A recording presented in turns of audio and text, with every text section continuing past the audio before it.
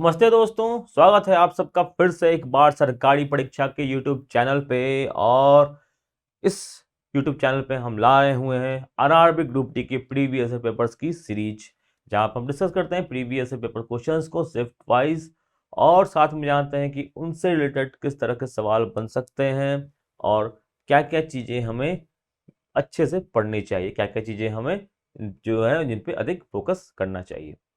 तो इस video series को आप ज़्यादा से ज़्यादा लोगों तक शेयर करें, ज़्यादा से ज़्यादा लोगों तक पहुँचाएँ। इससे क्या होगा, जितना ज़्यादा लोगों तक पहुँचेगा उतनी अच्छी डिस्कशंस होंगी, उतने अच्छे जो है पॉइंट्स, उतने अच्छे जो सुधार निकल के सामने आएँगे। तो ये हम सबके लिए काफ़ी बेहतर होगा। और जो हमारी मेहनत है कि ये वीडियोज़ आपको प्रोवाइड हो रही हैं, तो इसके पीछे की जो मेहनत है वो अधिक लोगों तक पहुँच पाएगी और अधिक लोग हमारी जो कंटेंट है उससे रिलेट कर पाएँगे। ठीक है दोस्तों? तो आशा करता हूँ आप सब अच्छे होंगे, स्वस्थ होंगे, आपकी पढ़ाई लिखाई काफ़ी अच्छे से काफ़ी सही दिशा में चल रही होगी, ग्रुप डी की तैयारी जम के चल रही होगी। तो आज के दिन हम लाए हैं 12 नवंबर 2018 को, आज जो तीसरा शिफ्ट था उसमें जीके के क्या क्या क्वेश्चंस आए थे उनको हम डिस्कस करेंगे और उनसे रिलेटेड क्या क्या और क्वेश्चंस बन सकते हैं उनको भी जानने की, उनको भी समझने की कोशिश करेंगे। ठीक है दोस्तों, तो आते हैं अपने पहले सवाल के साथ। पहला सवाल दिख रहा होगा आपको स्क्रीन के ऊपर। ये पहला सवाल कहता है कि which of the following city situated on the bank of river of Sabarmati. Sabarmati नदी के किनारे इनमें से कौन सा शहर बसा हुआ है? ऑप्शन है ए वलसाड, बी सूरत, सी वापी या डी अहमदाबाद। सही उत्तर है ऑप्शन नंबर डी, अहमदाबाद। हम सबको पता होना चाहिए अहमदाबाद बसा है साबरमती नदी के किनारे। और इन्हीं के नाम पर कहा जाता था कि साबरमती के संत तूने कर दिया कमाल, गांधी जी के ऊपर ये गाना है। तो साबरमती और साबरमती आश्रम भी काफ़ी फेमस है। तो साबरमती आश्रम से रिलेटेड सवाल पूछा जा सकता है। आपको जानना चाहिए कि साबरमती आश्रम कहाँ स्थित है, क्योंकि बापू जो थे, गांधी जी जो थे, उनसे रिलेटेड सवाल हर एग्जाम में इंपॉर्टेंट होते हैं। गांधी जी जब भारत आए थे और उनके बाद जो कांग्रेस ने किस तरह से आज़ादी की लड़ाई लड़ी थी, इस पर सवाल अक्सर पूछे जाते हैं। तो आगे बढ़ेंगे, अब अगले सवाल पर आते हैं। सवाल संख्या 2 कहता है कि Kolar gold field is located in option number A Madhya Pradesh, B Andhra Pradesh, C Tamil Nadu या D Karnataka. Kolar gold field जो है यहाँ पे सोने की जो खान है वो कहाँ स्थित है, कोलार वाली। तो ऑप्शन क्या क्या, मध्य प्रदेश में, आंध्र प्रदेश में, तमिलनाडु में, कर्नाटका में है। तो केजीएफ जो एक बहुत ही चर्चित मूवी आई थी, वो कुछ इसी पर बेस्ड थी कि केजीएफ में वहाँ पे खुदाई जो का प्रोसेस होता है वो कैसे हो रहा था, ये इस मूवी में थोड़ा सा दिखाया गया था। बेसिकली तो एक्शन मूवी थी, बट ये बेस्ड थी कोलार गोल्ड फील्ड के ही थीम पे। तो इसका सही उत्तर है कर्नाटका। कोलार जो है वो कर्नाटका में स्थित है।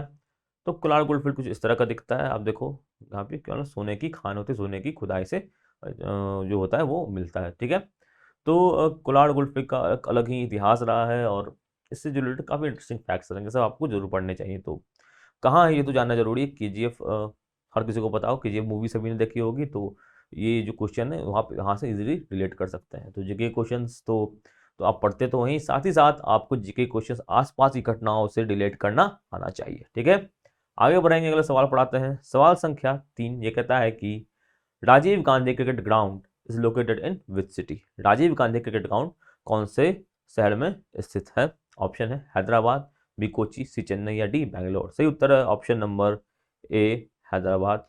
तो जी है, यह राजीव गांधी क्रिकेट स्टेडियम, यह स्थित है हैदराबाद में। तो आप बताओ फिरोजशाह कोटला कहाँ स्थित है? फिरोजशाह कोटला स्थित है दिल्ली में। ठीक है, नरेंद्र मोदी स्टेडियम कहाँ स्थित है? ये अक्सर पूछा जा सकता है, तो ये स्थित है अहमदाबाद में। ठीक है, जो अभी आईपीएल हुआ था उसका फाइनल यहीं खेला गया था अहमदाबाद में, नरेंद्र मोदी स्टेडियम। तो वहाँ से भी सवाल बनने के चांसेस हैं। तो अब इसी के साथ बढ़ेंगे अगले सवाल पर। सवाल संख्या 4 कहता है कि the 10th schedule of Indian constitution is about which of the following. भारतीय संविधान की 10वीं अनुसूची जो है वो इनमें से किस चीज पर आधारित है? ठीक है, शेड्यूल मतलब अनुसूची कहते हैं जिसे, और कुल आपको पता होगा कि 12 शेड्यूल है, यानी कि 12 अनुसूची। और कौन सी अनुसूची क्या कहती है ये काफ़ी इंपॉर्टेंट है और आपको जरूर पता होना चाहिए। फर्स्ट शेड्यूल क्या कहता है, सेकंड शेड्यूल क्या करता है, तीसरा शेड्यूल क्या करता है।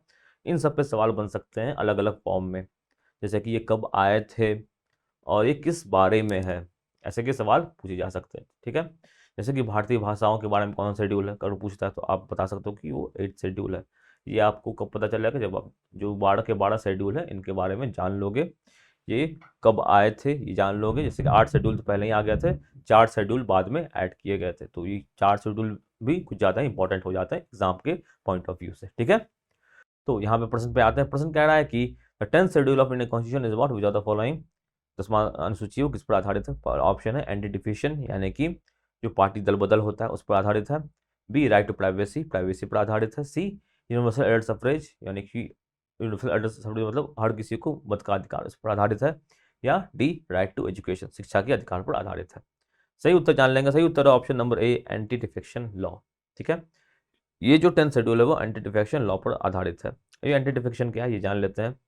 तो आपने अक्सर सुना होगा दल बदल के बारे में, कि अगर कोई पार्टियां जो है मतलब कि एक पार्टी है मेजोरिटी में आ गई है, ठीक है, सपोज करो चुनाव हुए पार्टी ए और बी में।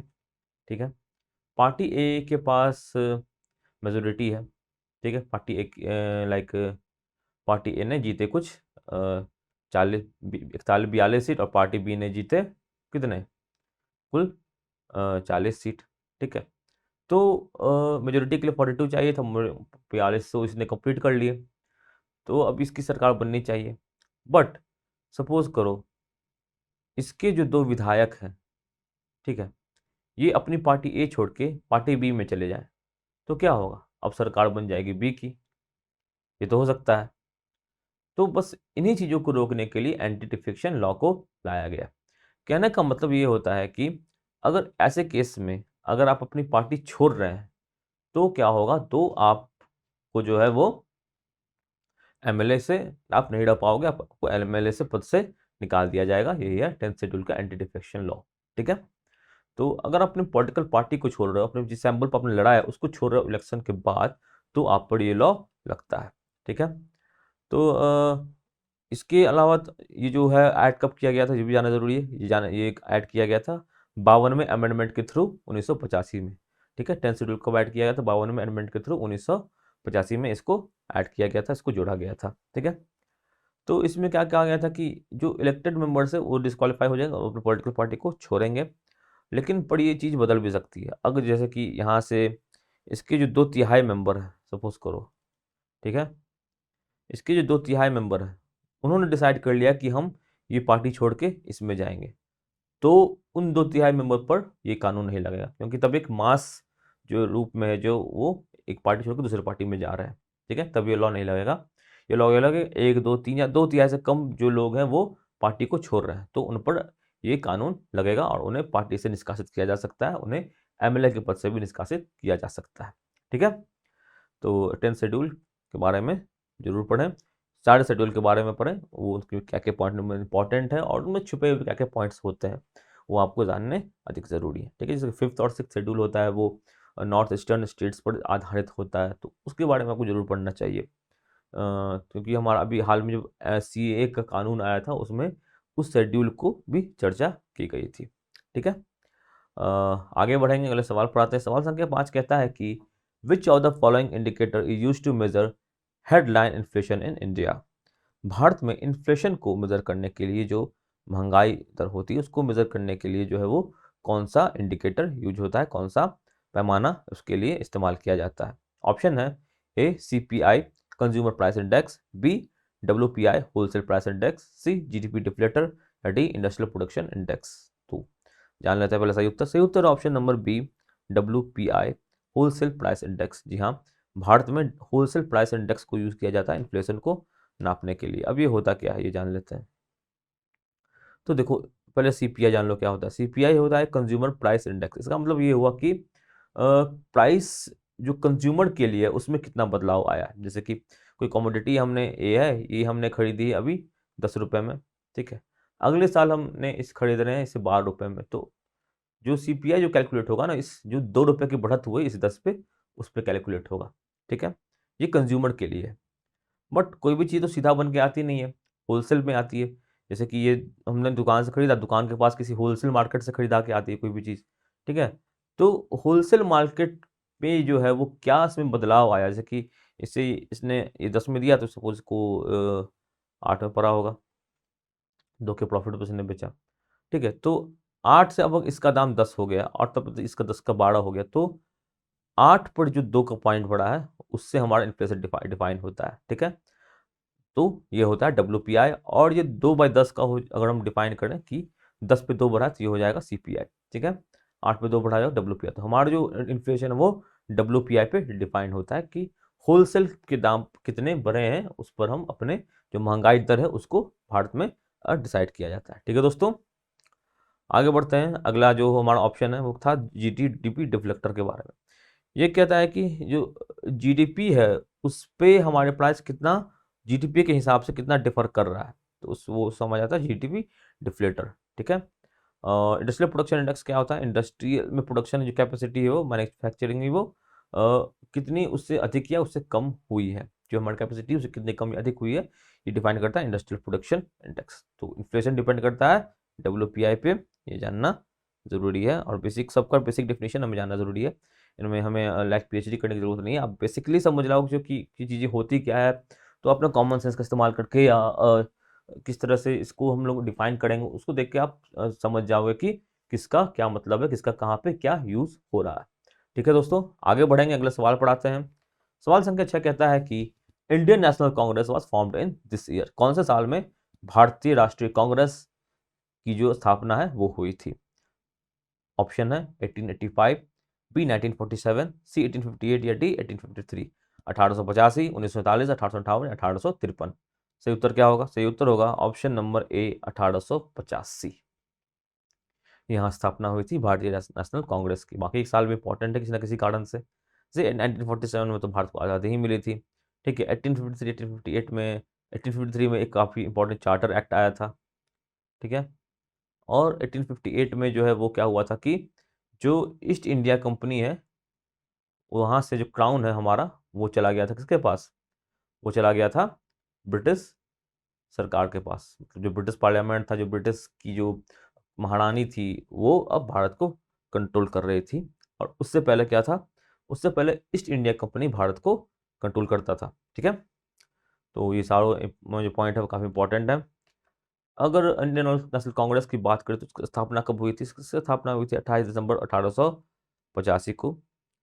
और इसके जो फाउंडेशन है वो कहाँ हुआ? तो वो गुलदास तेजपाल संस्कृत कॉलेज में हुआ था, जो कि बॉम्बे में है, अभी इसे मुंबई कहा जाता है।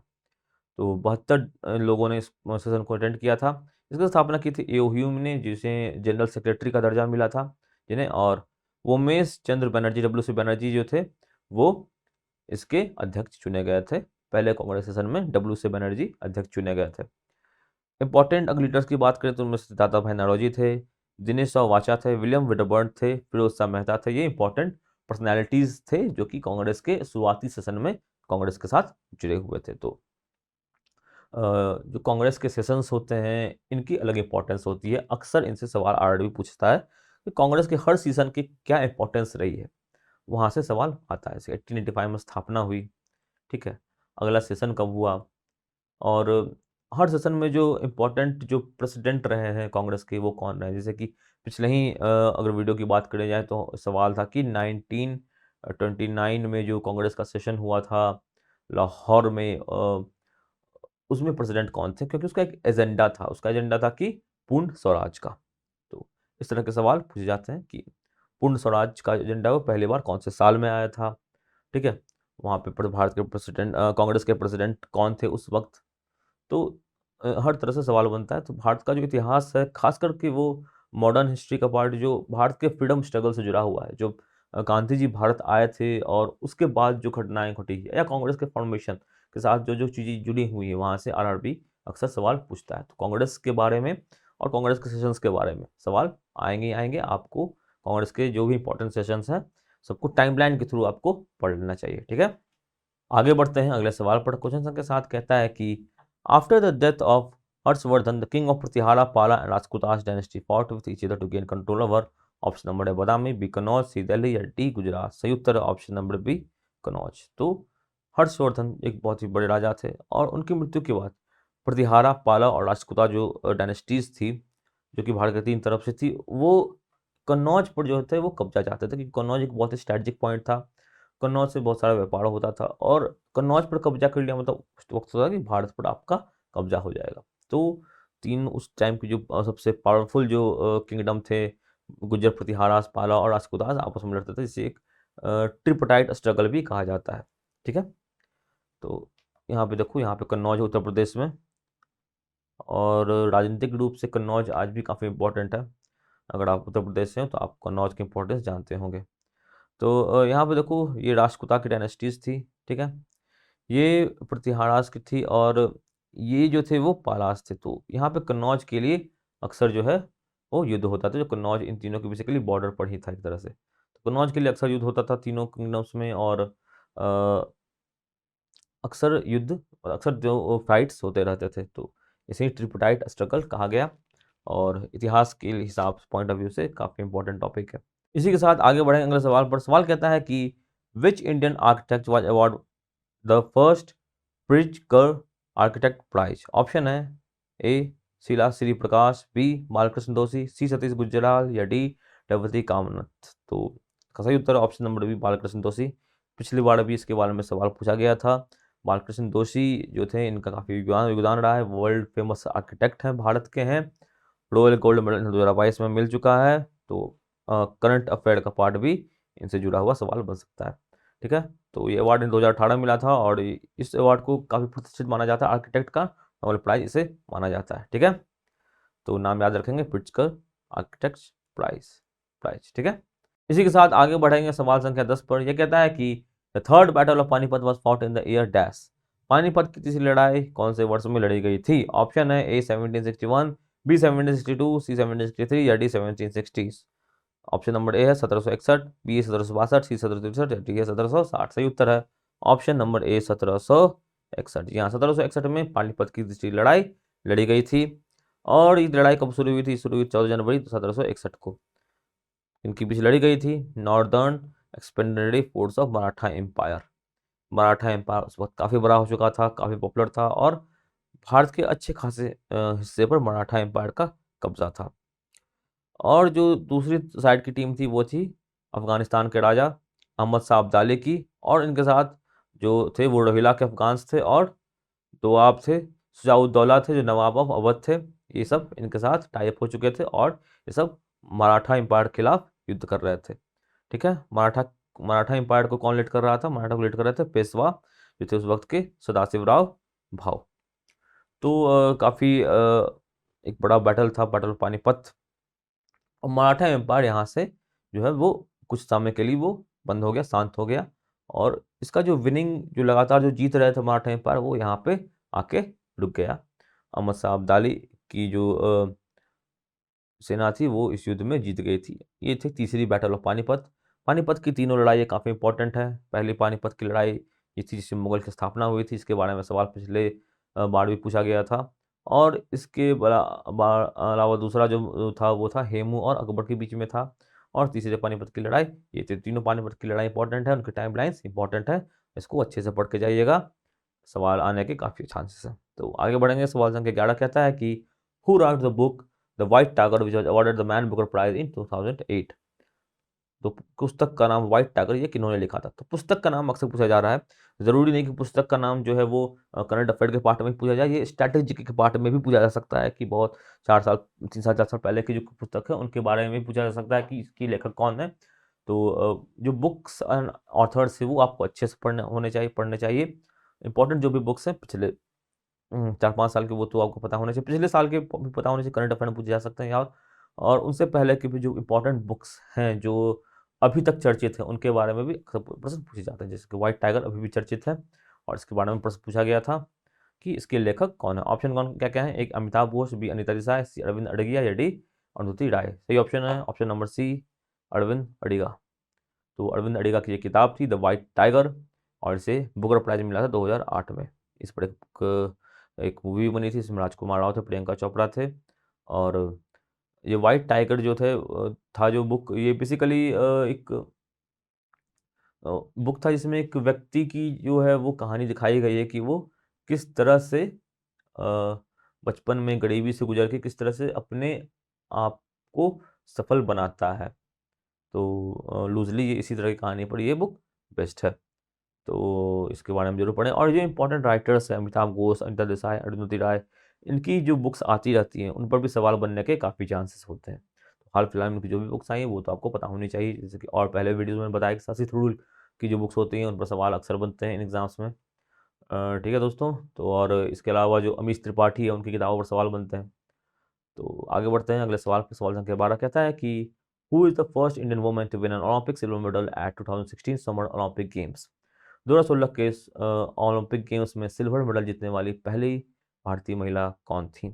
ऑप्शन है A Saina Nehwal, B Jhulan Goswami, C Deepika Kumari या डी पीवी सिंधु। सही उत्तर है option number D, PV Sindhu. जी हाँ, पीवी सिंधु, इन्होंने जो है 2016 के ओलंपिक में जीता था इन्होंने सिल्वर, और 2021 का जो टोक्यो ओलंपिक हुआ था इसमें भी उन्होंने ब्रोंज जीता है। ठीक है, तो 2 ओलंपिक मेडल्स इनके नाम हैं, और एकमात्र बैडमिंटन खिलाड़ी जिनके नाम 2 ओलंपिक मेडल्स हैं। ठीक है, तो इसके अलावा जो बाकी के नाम है वो भी आपको इंपॉर्टेंट याद रखने चाहिए। Deepika Kumari famous squash player हैं, झूलन गोस्वामी क्रिकेटर हैं, साइना नेहवाल भी बैडमिंटन के खिलाड़ी हैं। आगे बढ़ेंगे, सवाल संख्या 13 कहता है कि Ramon Magsaysay award is given to dash. Ramon Magsaysay award किन्हें दिया जाता है? ऑप्शन नंबर ए एशियन व्यक्तियों को, बी यूरोपियन व्यक्तियों को, सी अमेरिकन व्यक्तियों को या डी इंडियन व्यक्तियों को। सही उत्तर option number A Asian person या एशिया के व्यक्तियों को। रैमन मैग्सेसे अवार्ड दिया जाता है एशिया के व्यक्तियों को। ये किनके नाम पर है? ये रैमन डे फियोडो मैग्सेसे के नाम पर है, जो कि फिलीपींस के प्रेसिडेंट थे, और इनकी जो एबिलिटी थी चीज़ों को लोगों को अपने साथ जोड़ने की, उसी को एबिलिटी को ध्यान में रखते हुए अवार्ड की घोषणा की गई है।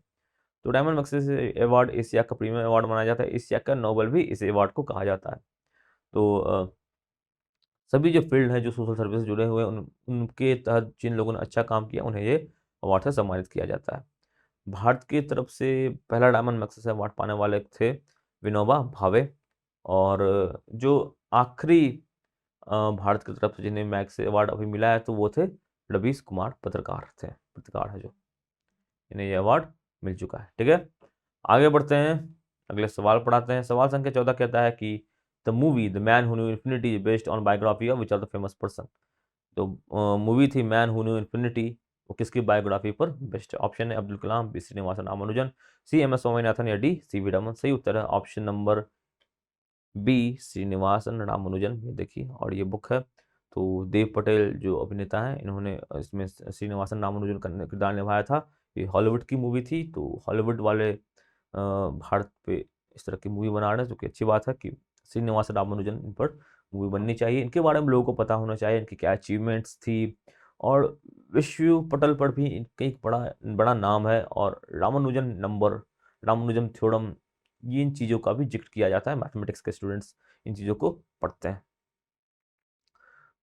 तो इन्हीं की बायोग्राफी है the man who knew infinity. बाकी आप देखें, अब्दुल कलाम को आप जानते ही हैं, एम एस स्वामीनाथन को भी आप जानते हैं, ये जो ग्रीन रिवॉल्यूशन हुआ था उसके फादर के रूप में जाने जाते हैं। सी वी रमन को रमन इफेक्ट के लिए जाना जाता है। ठीक है दोस्तों, तो सारे नाम इंपॉर्टेंट है और बहुत बड़े बड़े नाम हैं जिन सब ने भारत का नाम विश्व पटल पर ऊंचा किया है। आगे बढ़ते हैं, सवाल संख्या 15 ये कहता है कि which project provided a firm foundation to the Digital India campaign which aims to provide high speed broadband to all 2.5 lakh gram panchayat through optical fiber। वो कौन सी स्कीम है जिसके तहत डिजिटल इंडिया कैंपेन के तहत जो है वो 2.5 लाख ग्राम पंचायतों में ऑप्टिकल फाइबर से जोड़ दिया जाएगा? ऑप्टिकल फाइबर क्या होता है? Basically optical fibre data transfer के लिए एक तार होता है जिसमें क्या होता है, लाइट के थ्रू जो है डाटा को ट्रांसफर किया जाता है, और उसमें टोटल इंटरनल रिफ्लेक्शन यूज होता है। तो साइंस का सवाल बन सकता है कि ऑप्टिकल फाइबर केबल में कौन से फिनोमेना का इस्तेमाल होता है? उत्तर होगा TIR यानी कि टोटल इंटरनल रिफ्लेक्शन। तो यहाँ पे आप देखो ऑप्शन क्या क्या है, India net, optic net, B Bharat net, C Bharat high speed या डी ऑप्टिक नेट। सही उत्तर option number B Bharat net. तो भारत नेट है इसका सही उत्तर। भारत नेट के बारे में जाने तो ये एक भारत ब्रॉडबैंड लिमिटेड नेटवर्क का एक फ्लैगशिप मिशन था। 2011 में इसकी शुरुआत हुई थी, तभी इसका नाम था नेशनल ऑप्टिकल फाइबर नेटवर्क, और बाद में 2014 में इसका नाम रख दिया गया भारत नेट। ठीक है, टेलीकम्युनिकेशन मिनिस्ट्री के द्वारा इसे रेगुलेट किया जाता है, और इसके बारे में आपको जो भी सरकारी योजनाएं होती है, खासकर जो डिजिटल इंडिया के थ्रू रिलेट की जाती है, उनके बारे में सवाल पूछे जाते हैं, और कई बार पूछे गए। तो इसको आपको अच्छे से पढ़ना है। गवर्नमेंट के स्कीम्स हैं टेलीकम्युनिकेशन सेक्टर के थ्रू, साइंस एंड टेक्नोलॉजी के लिए, वो सब आपको अच्छे से साथ करते हुए लेके चलना है। ठीक है, तो ये थे 15 क्वेश्चन जो जनरल नॉलेज के सेक्शन से आए थे। अब करंट अफेयर्स की अगर बात करें तो बहुत बेसिक से सवाल पूछे गए थे, जैसे कि पॉलिटिकल पार्टी जिन्होंने गुजरात असेंबली इलेक्शंस जीती है, तो ऐसे सवाल आ सकते हैं कौन से इलेक्शन असेंबली इलेक्शंस किसने जीती है, जैसे कि भी पंजाब के असेंबली इलेक्शन से तो वो आम आदमी पार्टी ने जीती है। इस तरह के सवाल बनने के चांसेस हैं, ठीक है। तो who won the title men's in Australian Open badminton championship का टाइटल किसने जीता है, तो इसका ऑप्शन क्या आ जाएगा, किदाम्बी श्रीकांत ने जीता है, ठीक है। मिशन कटलिया एक जो भी इरिगेशन प्रोजेक्ट था वो लॉन्च किया गया था उस वक्त तेलंगाना में। तो हिंदी स्कॉलर जिन्हें कि 2017 का व्यास सम्मान मिला था, उनका नाम था ममता कालिया। और जो कंपनी एक्वायर हुई थी उस वक्त एचपीसीएल के द्वारा, वो थी ओएनजीसी, ठीक है। एचपीसीएल को, सॉरी, एचपीसीएल को एक्वायर किया था ओएनजीसी ने, उससे रिलेटेड एक सवाल पूछा गया था, ठीक है। तो ये बेसिकली करंट अफेयर के इस तरह के सवाल पूछे गए थे, हर फील्ड से सवाल पूछे गए थे। और अक्सर आप अधिकतर देखो तो एक पॉलिटिकल तो सवाल पूछा ही जाता है, साथ ही साथ बुक्स एंड ऑथर से भी सवाल देखने को मिल सकते हैं। अवार्ड्स सवाल काफ़ी सेक्शन में देखने को मिले, इसमें तो नहीं था, बट अवार्ड से रिलेटेड सवाल काफ़ी इंपॉर्टेंट होते हैं, जो भी ज्ञानपीठ अवार्ड इसमें की बहुत ही ज़्यादा इंपॉर्टेंट है। तो करंट अफेयर के सेशन को आपको अच्छे से पढ़ना है। रोज करंट अफेयर की वीडियोस अपलोड होती हैं सुबह में 6:30 बजे सरकारी परीक्षा के यूट्यूब चैनल पर, तो आप करंट अफेयर को जरूर फॉलो करें। करंट अफेयर के क्विजेज आप दे दें, शाम को करंट अफेयर क्विजेज आते हैं, वो उन्हें आप जरूर दें। उससे क्या होगा कि आपकी डेली की डेली जो है वो कुछ 10 क्वेश्चन 12 क्वेश्चन तैयार होते रहेंगे। तो करंट अफेयर का आप डेली आप तैयार करोगे तो एक अच्छा खासा आपके पास सेट बन जाएगा कि इस तरह के सवाल हमें कैसे कैसे पढ़ने हैं, कैसे कैसे हमें देखने हैं।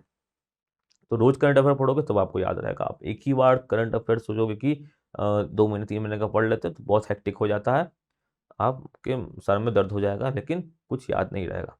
तो बेसिक सबसे अच्छा तरीका है करंट अफेयर को रोज पढ़ो। और आरआरबी ग्रुप डी की वीडियो सीरीज को आप रेगुलरली देखिए।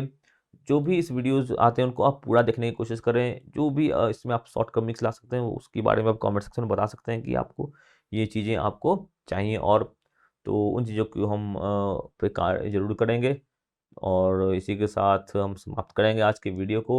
आशा करता हूँ आपको वीडियो अच्छा लगा हो, अच्छा लगा तो लाइक कीजिए, शेयर कीजिए, इस पूरे वीडियो सीरीज को शेयर कीजिए ज़्यादा से ज़्यादा लोगों के साथ, और कमेंट में लिखिए विचारों को, और सरकारी परीक्षा को सब्सक्राइब कीजिए, बेल आइकन जरूर दबाइए। जो भी नए वीडियोस आएंगे इस सीरीज की या किसी भी अन्य सीरीज की आप तैयारी करते हैं तो वो आपको तुरंत वहाँ से प्राप्त हो जाएंगे, ठीक है दोस्तों। तो चलता हूँ, स्वस्थ रहिए, अपना ख्याल रखिए, और जय हिंद।